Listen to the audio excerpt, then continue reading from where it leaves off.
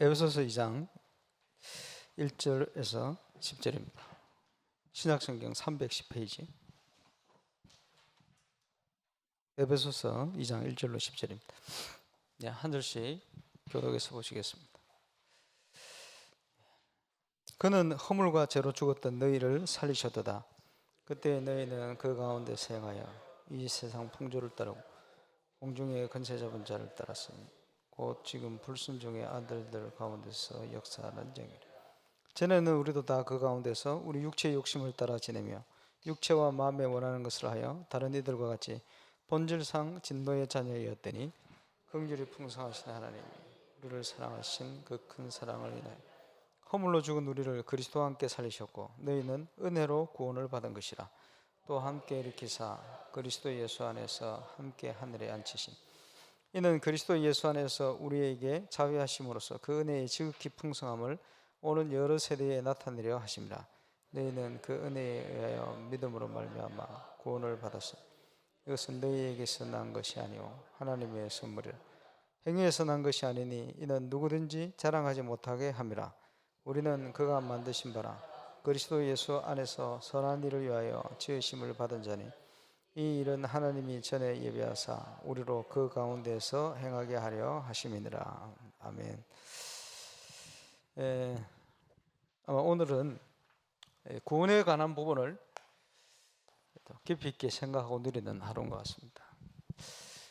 아침에 메시지 준비하면서 이제 떠오른 본문이 베드로전서 1장 9절인데 오늘 구역공감 메시지 또 그래요.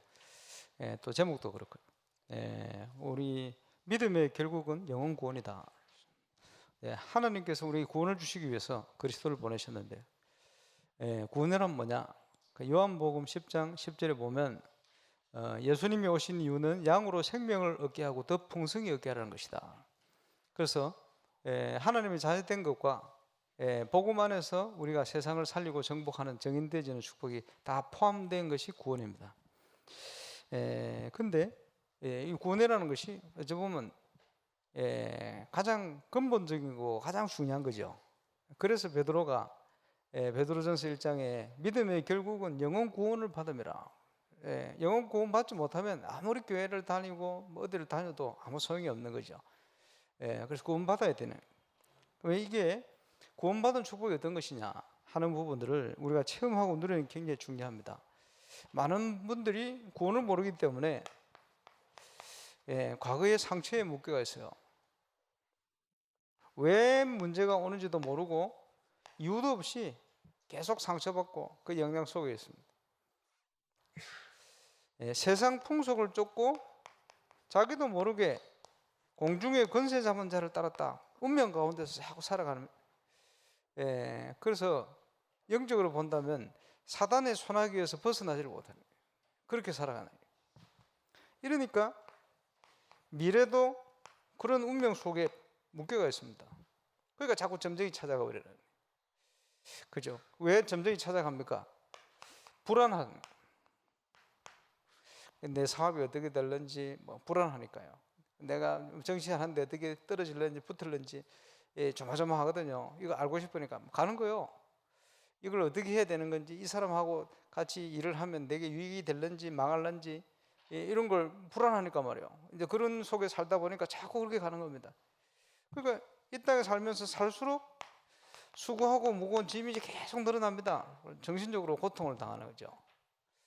그러니까 이 세상 풍속을 따라갈 수밖에 없어요. 이 세상 풍속이 요한복음 8장 44절에 사단이 준 문화 속에 있거든. 그거를 알지 못하니까. 그러니까요, 자꾸 속이고 다른 사람 깔아내리고 죽이고 이래 내가 살아야 되니까. 이러니까 이제 여기에 상처 또 상처받고 이러니까 이제 뭐 여러 가지 문제가 올 수밖에 없죠. 과거, 현재, 미래 외에는 없죠. 과거, 현재, 미래 이 가운데 있도록 벌어두지 않고 하나님께서 그리스도를 보내서 과거, 현재, 미래의 문제를 다 끝내버렸어요. 결론적으로 얘기하면 죄와 허물로 죽었던 너희를 살리셨도다. 왜 이런 문제가 왔냐? 죄와 허물로 하나님을 떠나서 죄 가운데 묶여 있으니까 이런 어려움 속에 빠질 수밖에 없다. 그리고 그때 너희가 그 가운데 행하여 이 세상 풍조를 따르고, 그러니까 하나님 모르고 운명에 묶여서 하는 거예요. 그냥 세상 사람들이 그동안 내가 살아오면서 각인뿌리 체질화되진 그 기준을 따라 사는 거예요. 그지? 전부 자기 나름대로 기준이 있어요. 이러면서요, 미래에 대해서는 불안할 수밖에 없는 거예요. 뭔가 열심히 해야 될 것처럼 보이는데, 몸부림쳐야 될 것처럼 보이는데, 나중에 가보면 그것도 지나고 나면 가거라. 내 마음대로 되는 게 하나도 없어요. 이러니까 벗어날 수 없는 어려움 속에 있죠. 그 가운데 버려두지 않고 하나님께서 그리스도를 통해서 미래까지 보장해 버렸어요. 그래서 우리가 구원받는다는 것은 과거, 현재, 미래의 문제를 다 끝내버리는 겁니다. 이 문제가 왜 왔습니까? 그게 우리가 지금 자꾸 얘기하는 성경 속에 나타난 12가지 문제입니다. 아주 근본적인 문제다. 그것이 창세기 3장 1절 6절 인간이 범죄해서 하나님 떠난 겁니다. 그때부터 원죄에 묶였어요. 그러니까 이때부터 신분이 마귀의 자녀입니다. 사단의 손아귀에 붙들린 거예요. 하나님이 떠나면서 붙들렸어요. 하나님이 왜 떠나게 됐습니까? 로마서 3장 23절 모든 사람이 죄를 범하였으며 하나님의 영광에 이르지 못하네. 우리가 죄 안 짓는데 왜 그렇습니까? 죄 가운데 빠졌어요. 아담과 하와가 하나님 범죄할 때 그게 원죄거든요. 그때부터 모든 사람이 죄 가운데 빠져버렸어요. 그래서 이게 근본 문제로 인하여 이 사단의 손아귀에서 벗어날 수가 없는데, 그러니까 자꾸 이 땅을 사는데 뭘 하는데 그게요 사단의 영향을 받게 돼요. 창세기 6장 4절 5절 영향받는 거예요. 그리고 점을 치고 구술하고 자꾸 물어보고 그대로 또 선택하고 가는 거죠. 하나님 없이도 살 수 있는 것처럼 생각하는데 세워졌다고 생각했는데 이게 무너지는 거예요. 그게 바벨탑입니다. 이 근본 문제거든요.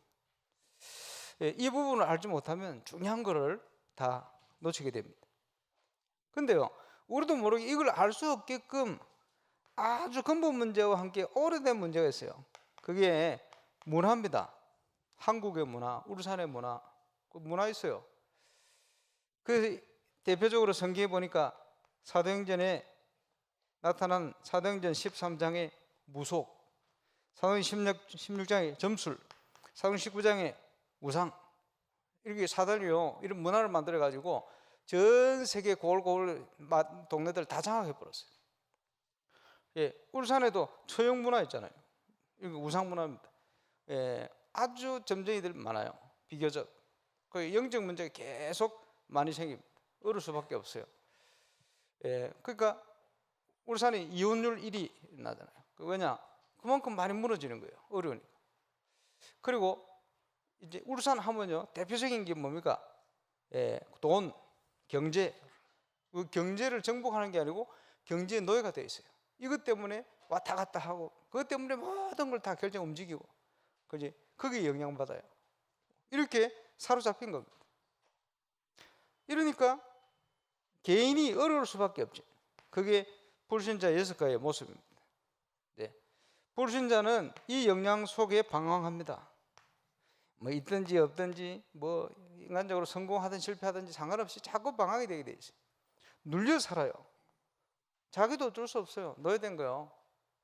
정신적으로 자꾸 시달립니다.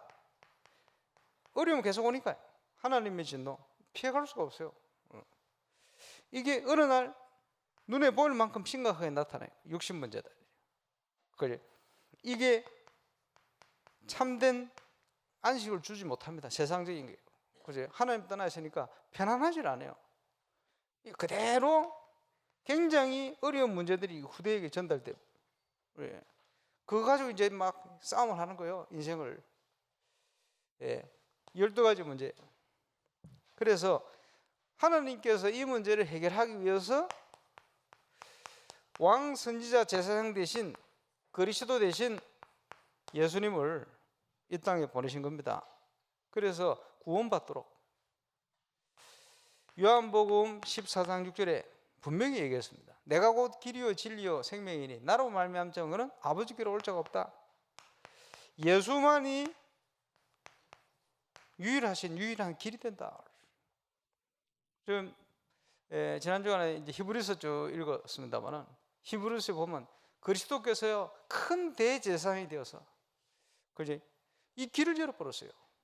그 누구도 그리스도의 사역에 비견될 수가 없어요. 그지?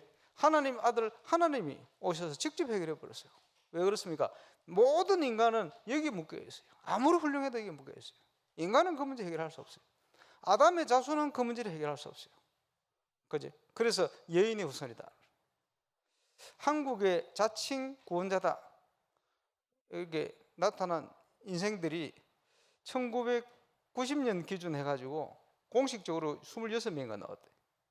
문선미를 비롯해서 지가 구원자래. 평강에 와야 되죠. 그 구원자가 아니고 정신질환자들입니다. 전부 아담의 자손들. 예, 인간의 문제 해결 못합니다.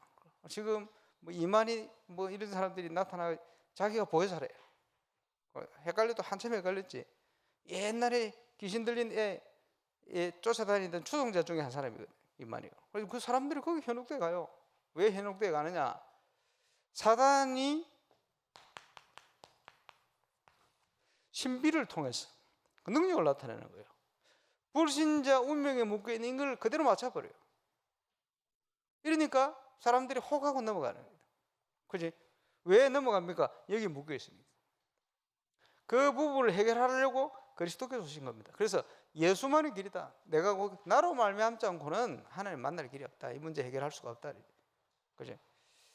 그래서 왜 하나님의 아들이 이 땅에 오셨습니까? 마귀를 이길 위인이 없어요, 인간은. 그래서 하나님의 아들이 이 땅에 오신 것은 마귀의 일을 멸하려 하십니다. 사단 권세를 꺾기 위해서. 아담의 자손은 그 문제 해결할 수 없어요. 그래서 보라, 처녀가 잉태하여 아들 낳을 것이다. 그 이름을 임마누엘 할 것이다. 어디에 어떻게 탄생하실지 성경에 다 예언되었어요. 헷갈릴까 싶어요.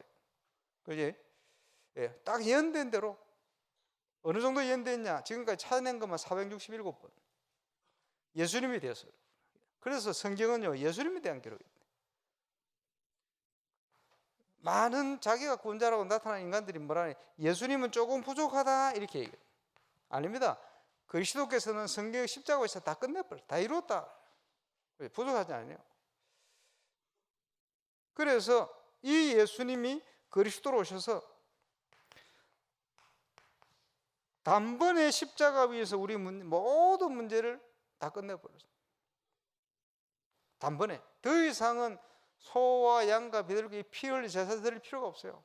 예수님께서 영원한 대제사장이 되어서 완전히 끝내버렸어요. 그래서 하나님과의 막힌 다음을 허물어 버렸어요.